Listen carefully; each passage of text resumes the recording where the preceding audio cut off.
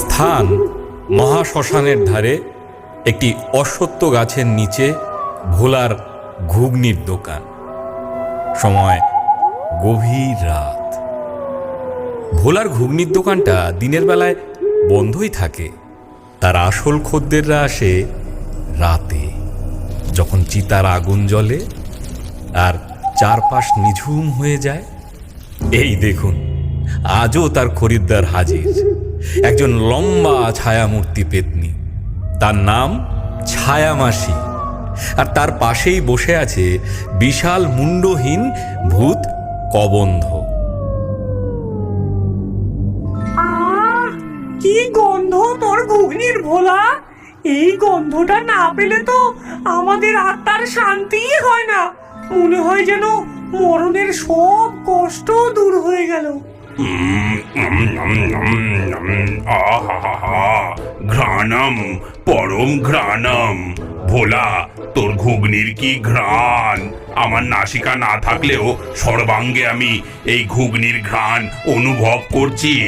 আরো আরো এক বাটি দে। দিচ্ছি দাদা, দিচ্ছি। তোমাদের ভালো লাগলেই আমার শান্তি। ভোলা কোনো সাধারণ ঘুগনি বিক্রেতা নয়।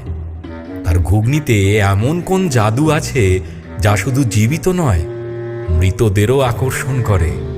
আর তার এই অদ্ভুত খদ্দেররাই তার দোকানের রক্ষক। বলরি হরি বল, বলরি হরি বল, বলরি হরি বল, বলরি হরি বল, বলরি হরি বল, বলরি হরি বল। হরিবোল ধ্বনি তুলে একদল লোক একটি মৃতদেহ নিয়ে শ্মশানে ঢুকল।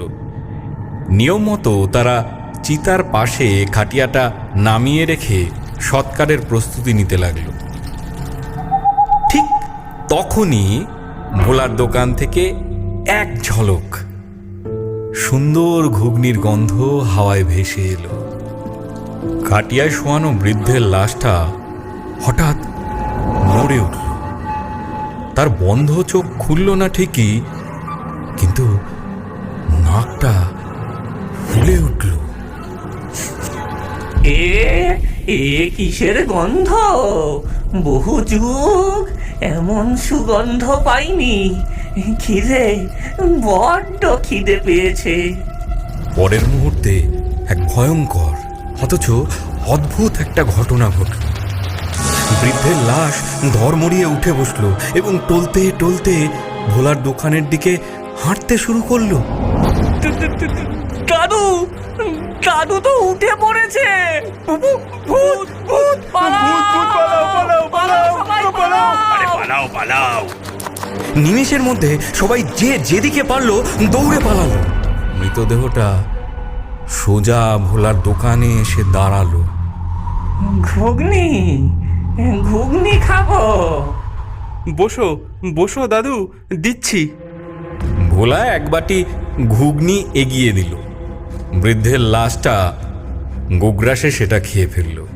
তারপর তার জামার পকেট থেকে বহু পুরনো একটা আধুলি বের করে ভোলার হাতে দিল। পয়সাটা হাতে দিতেই তার শরীরটা শান্ত হয়ে গেল এবং আত্মাটা একটা অপার্থিব আলো হয়ে আকাশে মিলিয়ে গেল। এই পুরো ঘটনাটা ঝোপের আড়াল থেকে দেখছিল গ্রামের চালাক ও পেটুক লোক গদাই। সে খাবারের ব্যবসাই করে, কিন্তু তার দোকানে মাছই তাড়াতে হয়। ভোলার এই কেরামতি দেখে তার তো চোখ লোভে চকচক করে উঠল।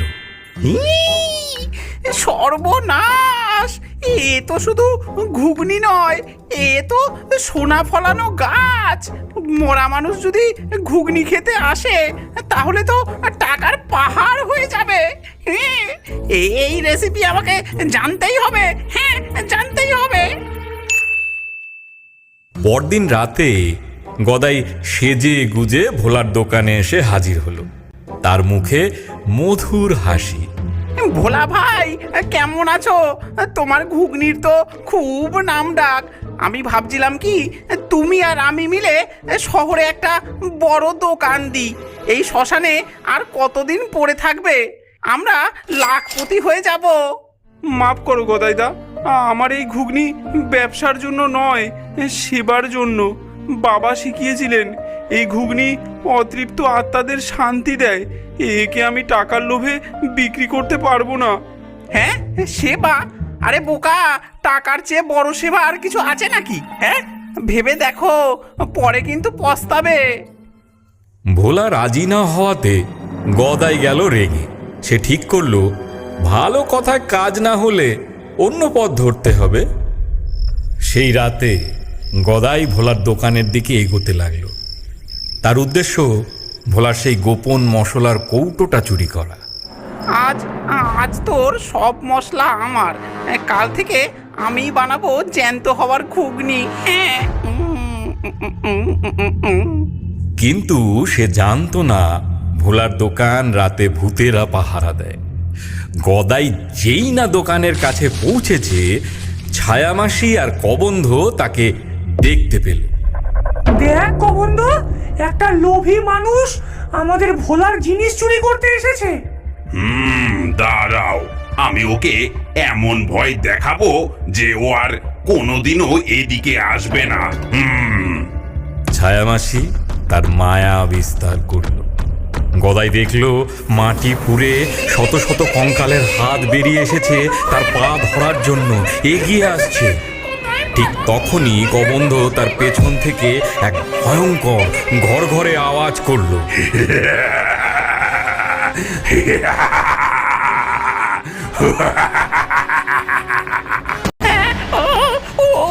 ওরে বাবা রে, ওরে বাবা রে, ও মা গো, ও বাবা গো, ভূত ভূত আমায় খেয়ে ফেললো গো। ওরে বাবা রে, ওরে বাবা রে। গদাই পড়ি কি মরি করে গ্রামের দিকে দিল দৌড়। সে রাতে তার গায়ে কাঁপুনি দিয়ে জ্বর এলো। ভয় পেলেও গদাইয়ের লোভ কিন্তু কমেনি। সে বুঝল মশলা চুরি করা যাবে না, মশলার উৎস খুঁজে বের করতে হবে। সে পরদিন ভোরবেলা থেকে ভোলার উপর নজর রাখতে শুরু করল। সে দেখল ভোলা দিনের আলো ফোটার আগে শ্মশানের সবচেয়ে পুরনো অংশের দিকে যাচ্ছে, যেখানে যেখানে ভয়ে কেউ যায় না। গদাই কোথায় লুকিয়ে লুকিয়ে তার পিছু নিল। সে দেখল ভোলা একটা প্রাচীন সমাধির গা ঘেঁষে গজানো এক ধরনের লতা পাতা তুলছে। পাতাগুলো থেকে মৃদু নীলাভ আভা বেরোচ্ছে। এই তাহলে সেই জাদুলতা। যাক, এইবার আমাকে আর পায় কে? আমিও এই লতা তুলে নিয়ে যাব। ভোলা চলে যেতেই গদাই এক ছুটে গিয়ে এক গাদা সেই লতা পাতা ছিঁড়ে নিজের ঝোলায় ভরল। সে যার নাম দিল শান্তিলতা। সেই রাতে এক অদ্ভুত দৃশ্য দেখা গেল। ভোলার দোকানের পাশেই গদাই একটা নতুন চকচকে দোকান খুলে বসেছে। তার ডেচকি থেকেও ঘুগনির গন্ধ বেরোচ্ছে। চলে আসুন, চলে আসুন, আসুন আসুন আসুন, আসল জাদুকরি ঘুগনি এখানে। এক বাটি খেলে আত্মার শান্তি, আর ওই ওই ভোলার চেয়েও অর্ধেক দামে। আসুন আসুন। ভোলার দোকানের ভূতেরা অবাক হয়ে গেল। এ কি রে, এ তো আমাদের শান্তিলতার গন্ধ। এই লোকটা এটা পেল কোথায়? বলো হরি হরি বল, বলো হরি হরি বল, বলো হরি হরি বল। একটি নতুন শবযাত্রা এলো। খাটিয়া নামাতেই লাশটা জেগে উঠল। কিন্তু এবার সে বিভ্রান্ত। দুটো দোকান থেকেই প্রায় একই রকম গন্ধ আসছে। গদাইয়ের দোকানটা নতুন ও বেশি চাকচিক্য হওয়ায় লাশটা সেদিকেই এগিয়ে গেল। দেখেছিস ভোলা, তোর দিন শেষ। সব মোরা এবার আমার কাছেই খেতে আসবে। হ্যাঁ, আসুন আসুন আসুন। লাশটা গদাইয়ের ঘুগনি খেতেই এক ভয়ঙ্কর কাণ্ড ঘটল। তার আত্মা শান্তি তো পেলই না, উল্টে সে এক ক্রুদ্ধ শক্তিশালী ভূতে পরিণত হল। কারণ গদাই জানতো না শান্তিলতার সাথে আর কি মেশাতে হয়।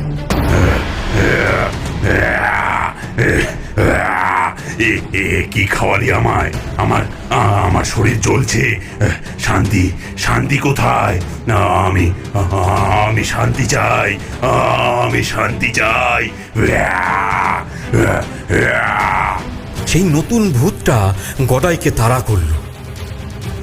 ভোলার দোকানের ভূতরাও রেগে গেল, কারণ গদাই একটা পবিত্র প্রক্রিয়াকে নষ্ট করে দিয়েছে। নতুন ভূতটা সারা শ্মশান জুড়ে তাণ্ডব শুরু করেছে। ছায়ামাসি বা কবন্ধ তাকে শান্ত করতে পারছে না।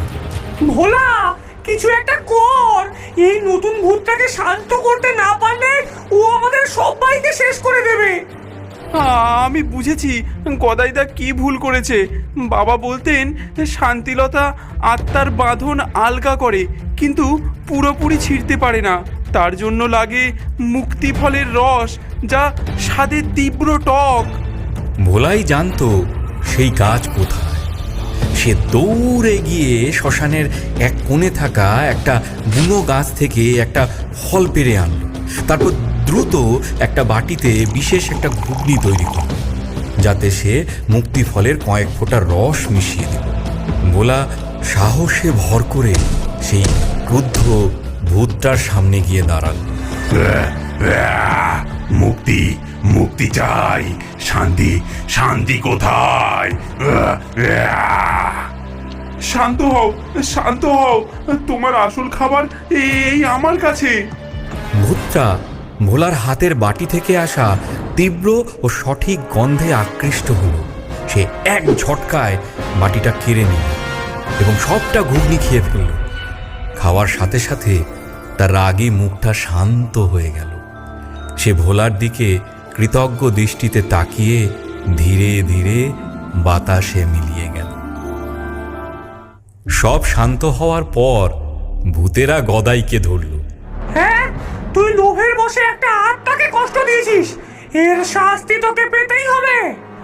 যা, আজ থেকে 1 বছর তুই যাই খাবি, তোর মুখে সব শ্মশানের ছাইয়ের মতো লাগবে। এটাই তোর শাস্তি। ছায়ামাসি গদাইয়ের দিকে ফু দিতেই গদাইয়ের জিভের স্বাদ গেল নষ্ট হয়ে। কি হলো? কি হলো?